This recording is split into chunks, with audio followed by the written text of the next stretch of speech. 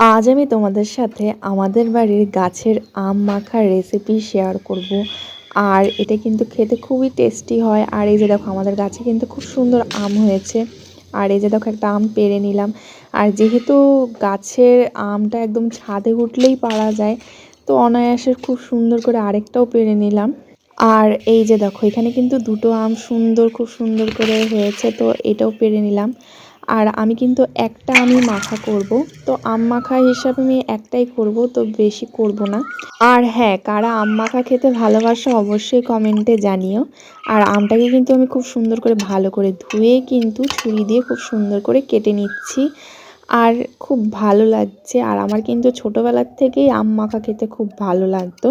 আর তোমরা কারা আম মাখা খেতে ভালোবাসো অবশ্যই কমেন্টে জানিও। আর এই যে দেখো খুব সুন্দর করে কিন্তু আমি এটা কেটে ভালো করে আবার জল দিয়ে ধুয়ে নিয়েছি। এবার হচ্ছে শুকনো লঙ্কা আর হচ্ছে নুন, তারপর হচ্ছে চাট মশলা আর হচ্ছে জিরের গুঁড়ো দিয়ে কিন্তু আমি আমটাকে মাখা করব।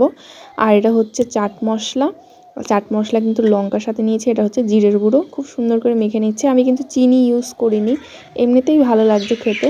আর তোমরা চাইলে শুকনো লঙ্কা একটা দিয়েও করতে পারো। আর যারা ঝাল খাও তারা তো নিতেই পারো, আর যারা ঝাল না খাও তারা কিন্তু একটা লঙ্কা দিয়েই করে নিতে পারো। খেতে কিন্তু অসম্ভব সুন্দর হয়েছে, তোমরা কিন্তু আমার মুখের এক্সপ্রেশন দেখলেই বুঝতে পারবে। আর দেখো এখন কিন্তু পুরো ঝড় শুরু হয়ে গেছে, ছাদের মধ্যে বসে বসে খাচ্ছি। আর এই যে দেখো তোমাদের সাথে একটু ওয়েদারটাও শেয়ার করলাম, আকাশের অবস্থা দেখো কীরকম হয়ে গেছে। তো দেখা হচ্ছে নেক্সট ভিডিওতে।